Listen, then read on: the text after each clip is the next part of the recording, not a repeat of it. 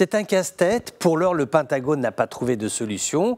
Alors que les forces talibanes progressent vers Kaboul et que les Américains opèrent leur retrait, Washington pense à l'après. Bien que rien ne soit défini clairement, l'idée dominante est d'empêcher les talibs de prendre la capitale afghane, contraindre leur agenda, à savoir une victoire avant l'hiver. Protéger Kaboul n'est pas irréaliste si les Américains érigent une barrière de feu.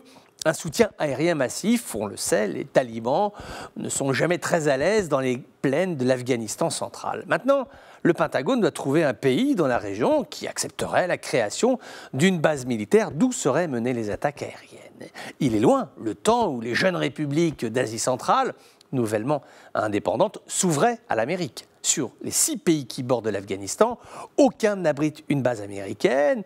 Il faut donc en créer une, sachant que les puissances influentes de la région, c'est la Chine qui inonde le pays avec ses produits bas de gamme, qui accorde des prêts à taux préférentiels aux États. Et puis c'est la Russie qui accueille de nombreux travailleurs émigrés dans ces régions. Une partie des salaires retourne au pays, une manne considérable. Au Kyrgyzstan, l'argent de la migration, c'est un tiers du PIB. Des économies dépendantes, certainement trop dépendantes de Moscou et de Pékin. La diplomatie américaine essaie de les convaincre de rééquilibrer leurs relations internationales en s'ouvrant aux États-Unis, en acceptant l'ouverture d'une base militaire. 2 pays pourraient se laisser tenter, le Kyrgyzstan, dont nous parlions un instant, et le Tadjikistan.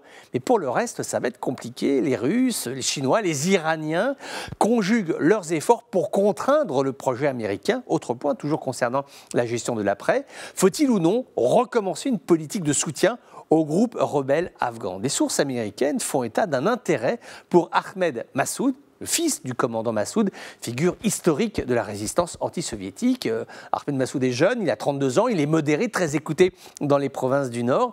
Les agences de renseignement américaines et françaises conviennent que ce pourrait être un bon interlocuteur. Maintenant, un interlocuteur pour faire quoi? Reprendre Kaboul aux talibans, personne n'y pense. Renouer avec nos cauchemars d'antan, à savoir un régime à Kaboul, des rebelles dans les vallées, et puis une guerre qui continue pour rien, puisque personne n'a de solution pour l'heure. Beaucoup d'incertitudes, donc, et une date butoir, le 11 septembre, jour du dernier départ du soldat américain.